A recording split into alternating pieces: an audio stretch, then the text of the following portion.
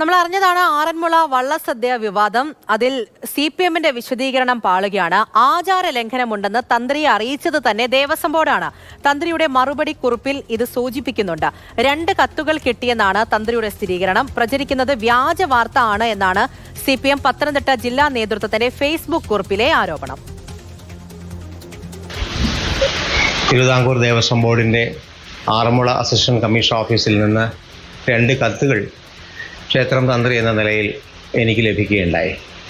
അപ്പോൾ ആ കത്തുകൾ രണ്ടും സൂക്ഷ്മമായി പഠിച്ചതിന് ശേഷം ആചാരലംഘനം ഉണ്ടായി എന്ന ബോധ്യത്തിൻ്റെ അടിസ്ഥാനത്തിലാണ് ഞാൻ ആ കത്ത് നൽകിയത്. ആ കത്ത് ഞാൻ AC-ക്കാണ് കൊടുത്തത്. കോപ്പി 2-3 മറ്റ് ബന്ധപ്പെട്ട ആൾക്കാർക്കേ കൊടുത്തിട്ടുള്ളൂ. CK അഭിലാലാണ് വിവരങ്ങളുമായി ചേർന്നത്. അഭിലാൽ, ദേവസ്വം ബോർഡാണ് ഇക്കാര്യം അറിയിച്ചത്. അതിനെക്കുറിച്ച് ഇപ്പോൾ തന്ത്രി പറയുകയും ചെയ്യുന്നുണ്ട്. അപ്പോൾ CPM മുന്നിലേക്ക് വെക്കുന്ന പല കാര്യങ്ങളും അങ്ങനെയല്ല എന്ന് തെളിയിക്കുകയാണ് ഈ ഒരു വിവാദത്തിൽ.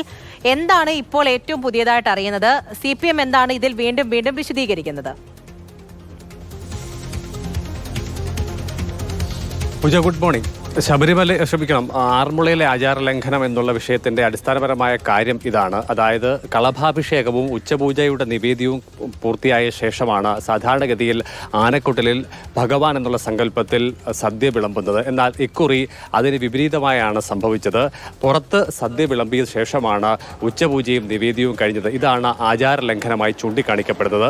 ദേവസ്വം ബോർഡിന്റെ ആറന്മുള അസിസ്റ്റന്റ് കമ്മീഷണർ തന്ത്രിക്ക് നൽകിയ 2 കത്തുകളിലും ഇത് സൂചിപ്പിക്കുന്നുണ്ട്. ഇത് എടുത്തുകൊണ്ടാണ് ആചാര ലംഘനം ഉണ്ടായി എന്ന വിലയിരുത്തലും അതോടൊപ്പം തന്നെ പ്രായച്ചിത്തമായി നടത്തേണ്ട കാര്യങ്ങളും തന്ത്രി സൂചിപ്പിക്കുന്നത്. ഇത് അദ്ദേഹത്തിന്റെ പ്രതികരണത്തിലും അതോടൊപ്പം തന്നെ ദേവസ്വം ബോർഡിന് അദ്ദേഹം നൽകിയ മറുപടി കുറിപ്പിലും വ്യക്തമായി തന്നെ സൂചിപ്പിക്കുന്നുണ്ട്.